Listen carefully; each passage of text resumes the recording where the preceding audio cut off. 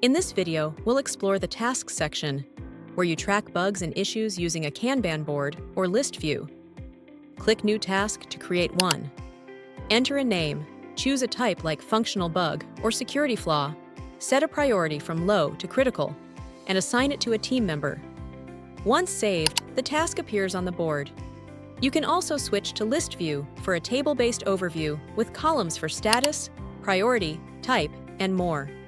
Click it to edit details, change the status, or leave comments with @mentions to notify teammates. The board organizes tasks by status: open, resolved, closed, in progress, and any custom statuses you define in company settings. Use the toolbar filters to narrow tasks by priority, type, assignee, or reporter. SmartestQA. Make test automation easy and scale your projects faster.